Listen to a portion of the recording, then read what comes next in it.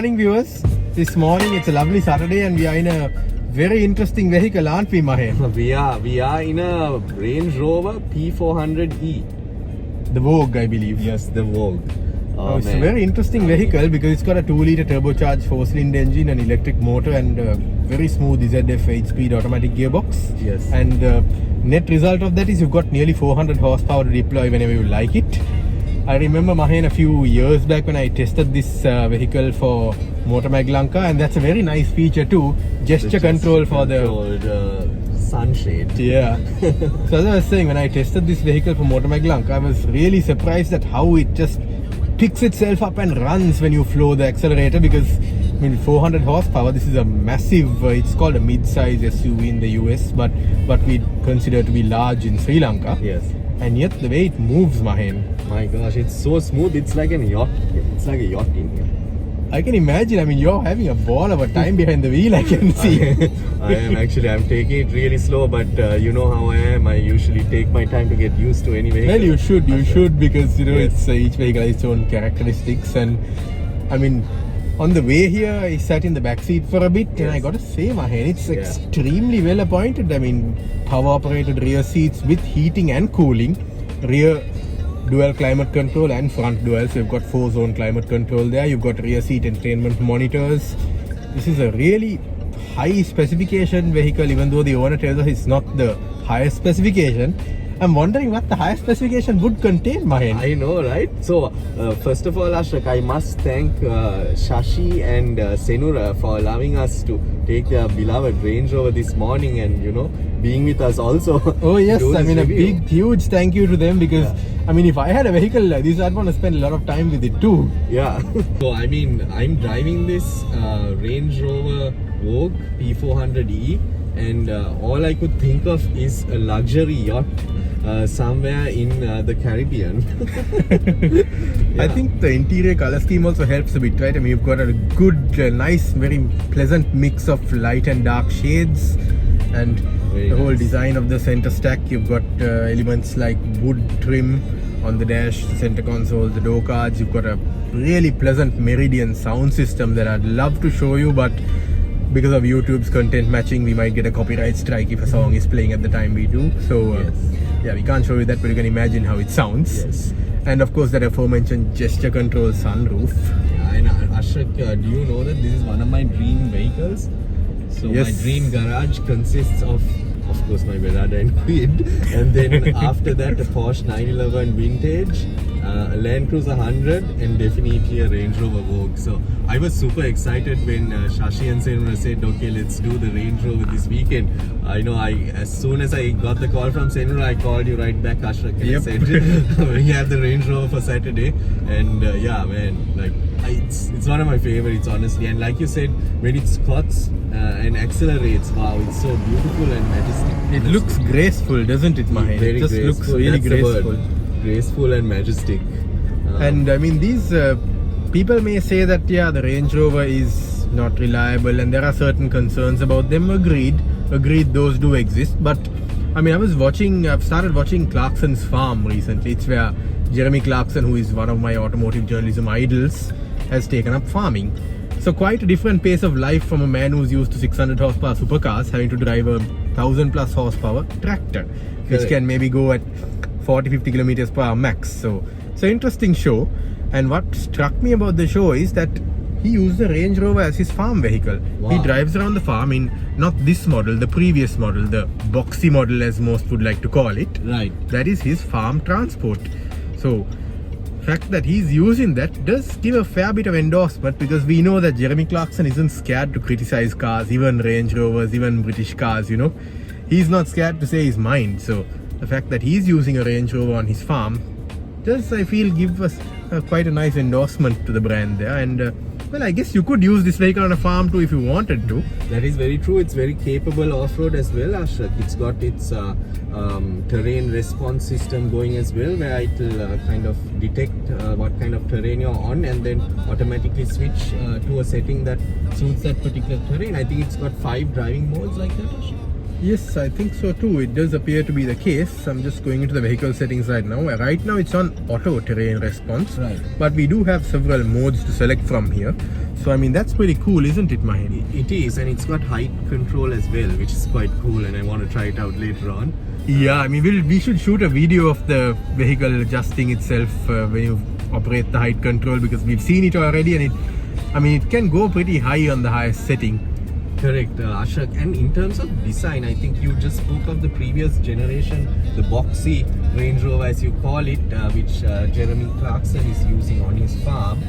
From that model to this current fourth generation, I think the styling has really leveled up, Ashok. I really like how it looks overall in terms of dimensions, in terms of styling of lights, the sloping roof line, the smooth contours on the sides. I really like the design overall, Ashok. That is true. I mean, it's a very distinctive design. You can recognize it as a Land Rover Range Rover product immediately. Yes. Of course, I mean, yeah, it's. I have come across people who love it. I've come across people who don't like it. I mean, its design is subjective. I mean, isn't it, Mahin? Oh, man, I just love it, honestly, and that's why I bought a scale model with me as well. I aspire to own a Range Rover one day, but yeah, this is as close to that I could get, at least at this point. And thanks to Senur and Shashay. Oh yes. I mean, lovely experience. I can imagine how much they must now enjoy this vehicle, especially on longer trips. Yeah, my gosh. I mean, it's probably like cheap on long drives. I don't think you even feel anything driving this. You can be driven in it, or you can drive it. I feel it's still the same. You probably feel very luxurious, and man, I'm so happy. This is the first time in a Range Rover Vogue. We did a shoot of the Range Rover Vela a few weeks ago, which is also great. But this is now on another level, I feel. Yeah, this is the original Range Rover. This is the original. We'll drive the Range Rover a little more aggressively as soon as we get into a better kind of stretch of road. We're driving down the Passport Office Road. It's one of our favorites, I think, Ashrak. I mean, yeah, because it's a off-road shoots on this track. It's an incredible peaceful place, very peaceful road. Yes. On weekends at least. On weekdays you go, you probably won't be able to take anything larger than like your Renault Kwid or my wife's Wagoner on it. Such will be the traffic. Fair enough. So there we go. Mahin has deployed the power. My gosh, very smooth, very smooth. I think the term iron fist in a velvet glove comes to mind, doesn't it, Mahin? I mean, it kicks you, but it doesn't kick you violently. Yes. Man, like, I never expected this vehicle to be this comfortable. Of course, I knew it would be comfortable, but this is like on another level, Ashrik. With this kind of driving position, this kind of visibility, and this kind of interior, I believe this is a really good deal, Ashrak. And I mean, these vehicles fetch a big or rather great price in Sri Lanka especially, and across the world, but Sri Lanka has seen prices shot up almost 2.5 times, if I'm not mistaken. Yeah, that's true. I mean, because of the import ban, and there is a significant demand for luxury vehicles like this, because there is a segment of people who want such vehicles. So that demand is there, and that has helped keep these vehicles in a very high value bracket. Yes. But of course, because the supply is limited, yes, getting your hands on one of these is not going to be easy, because those who have them are not necessarily likely to sell it. I mean, we were even talking to a well-known person who had, I think he had a V8, right? A V8? Shirendra? Yes, correct. And he had a really, high-spec V8. It was his company car, and he was quite sad to have to give it back to the company. So, understandable. But so you can see that those who have this vehicle and who have used it on a daily basis are very attached to it. Yes, and this color on the vehicle, Ashrik, it's beautiful. It's a navy blue, I guess. It is something. It's a very dark blue. Range Rover does, which is beautiful on this vehicle especially.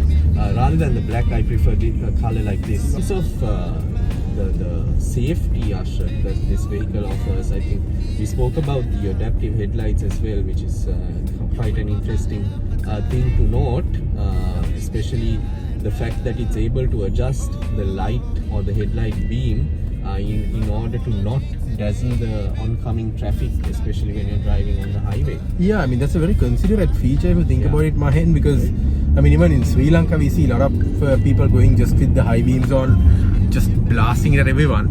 So if you're one of those people, this car will be polite on your behalf. You know, it'll detect the headlamps of an oncoming car and it'll blank out, so to speak, certain sections of the main beam on that side so that the driver of that car is not dazzled. And I think it's not only a Land Rover, but I think Mercedes-Benz, BMW, Volvo, I think many of the luxury automakers are doing that feature, which is really nice to see. Yes. And then of course on safety front you've got, I don't know how many airbags, at least 8 as a bare minimum I would imagine. And you know, I think this must be having adaptive cruise control as well, I'm guessing. I can see the controls on the right hand side of the steering wheel there. It's got a multi-function steering wheel. It's really great. And in fact, Ashok, yesterday I watched a YouTube clip on the Range Rover Vogue, and I just watched it twice because it's very interesting. I watched it before also, but you know, since we had the review today, and this gesture controlled sunshade was something that I really wanted to try as well, in addition to the fact that I wanted to see how it drives. And maybe Ashok, you can take the wheel now. Sure, that sounds great. Let's maybe go ahead of these garbage trucks, Mahen, because it's like the polar opposite of what this vehicle is. Correct. So we are okay for about 10 more minutes, about 10-15 more minutes. Okay, so now Ashok's behind the wheel. First impressions are very smooth, very pleasant drive. Feels floating. It does, it actually does feel like one is floating, doesn't it? It does. And even though it's a big vehicle, you don't feel the size of it from behind the wheel because it's got quite a good driving position. I can see the entire bonnet or hood for American viewers. And I have also got, I believe, blind spot alerting in the mirrors. So if a vehicle comes in the blind spot, we will see an orange light illuminate there. Now we're just going slowly through this junction and then I'm just going to deploy the power a bit. Okay. Oh my gosh. And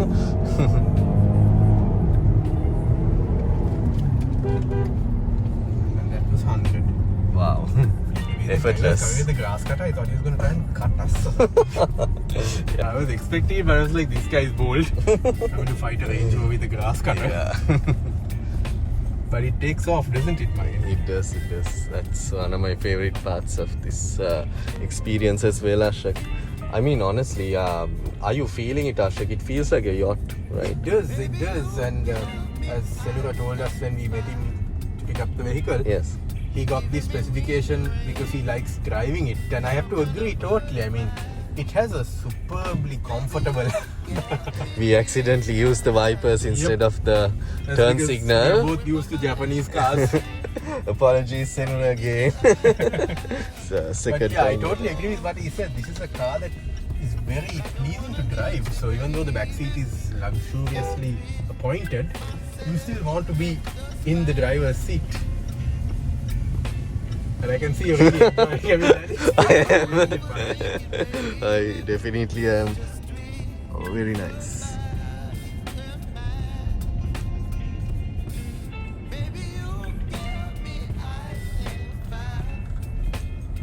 Some interesting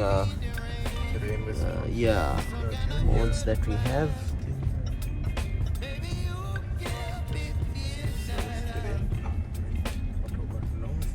So we have several modes there, Mahen. Right now we are going in comfort. Then we have got eco. In that mode there is the dynamic, which I believe is the sportiest one. Now when I select that, I can also see in the main gauge cluster here that the graphic changes to show the mode selected there. Right. So that's comfort. You've got a mode for grass, gravel or snow, mud and ruts, a sand mode, and we've also got a mode for acrylic. So actually, Mahen, I think this has more than 5 modes. Yes, it does. It has 5 modes, or maybe more, like you said, which we haven't explored yet. It's pretty dynamic, and I'm just going to slow it from a standstill and see what the vehicle does. Oh.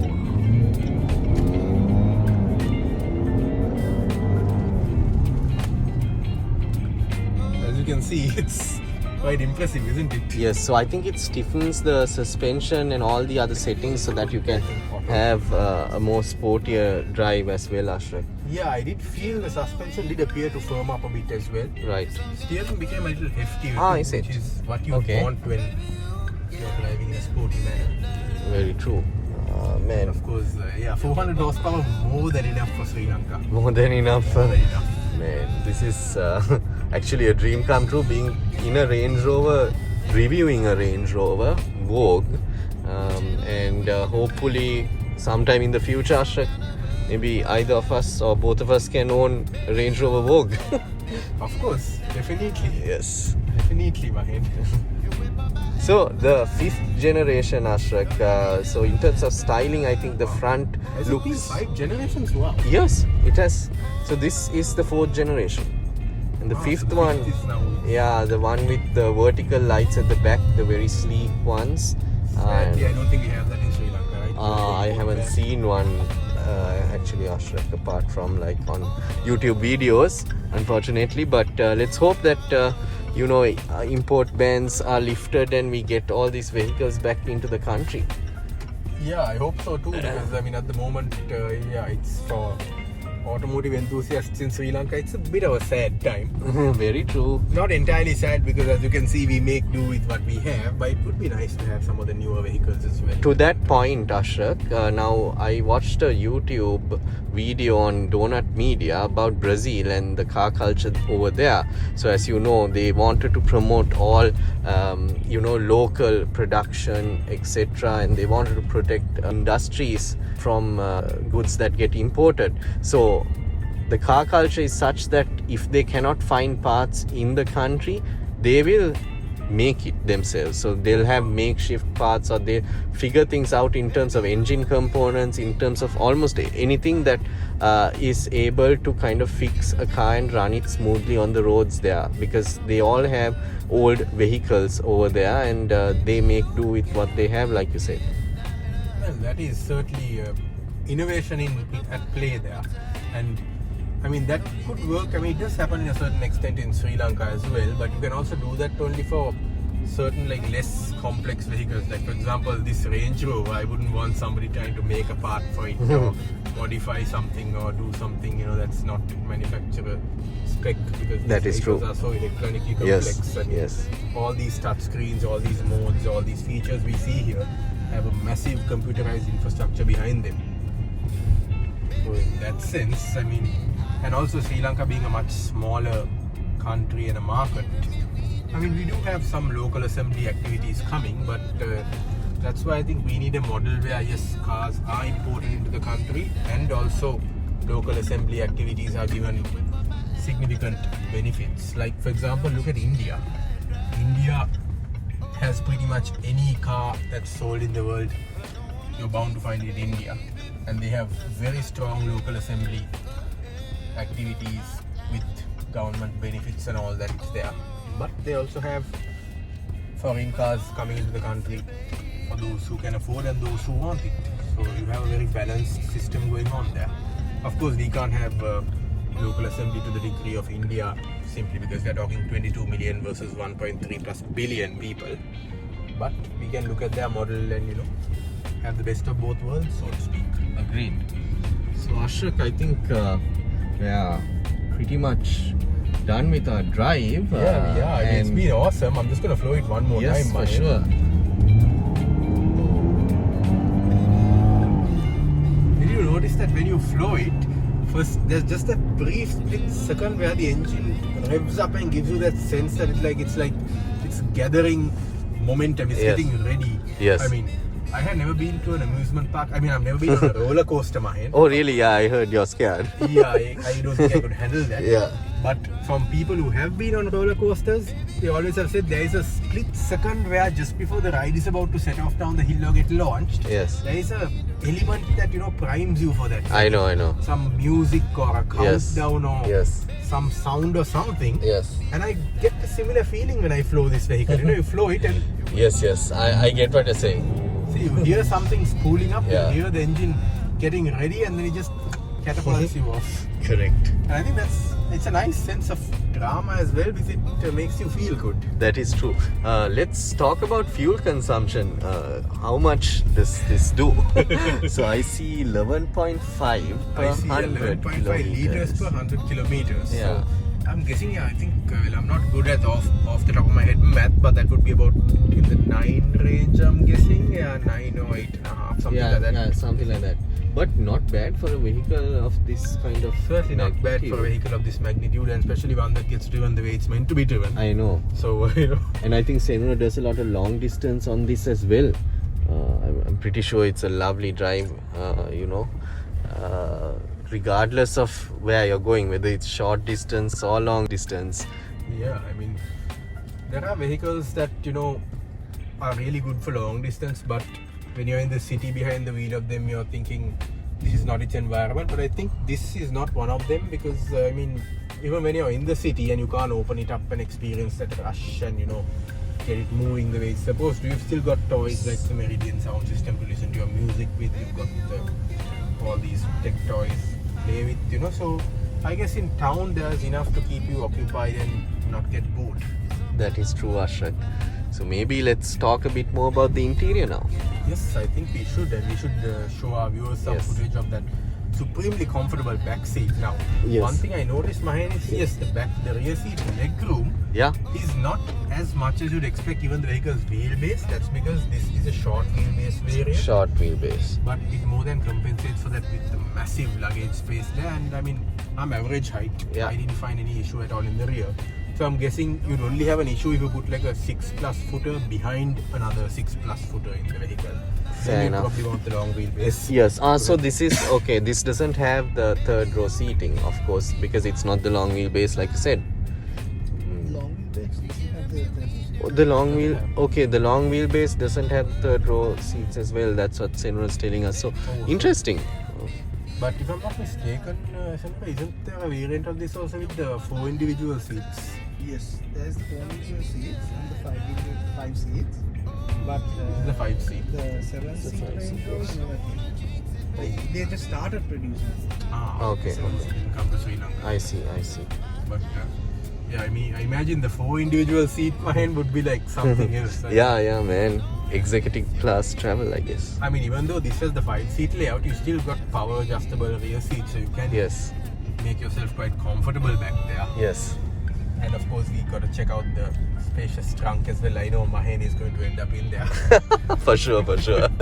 As we always do. Maybe let's find a good location, Ashrak, now to do our interior shots.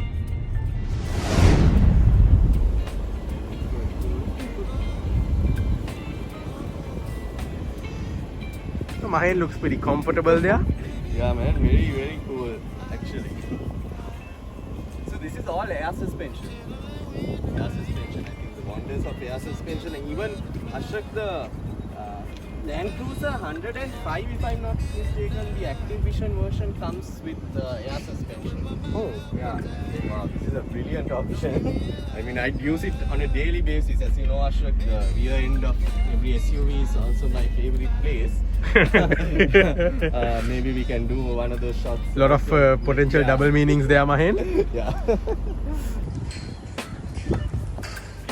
Mahen, why are you playing with a toy car, man?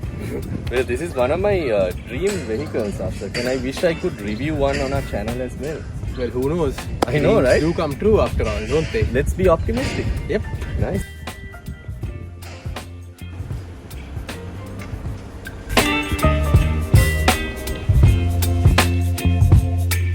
Baby, you give me ice and fire.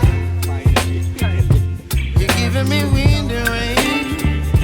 You're some kind of butterfly. Baby, you give me midnight. You whip up my appetite. Don't leave me here high and dry.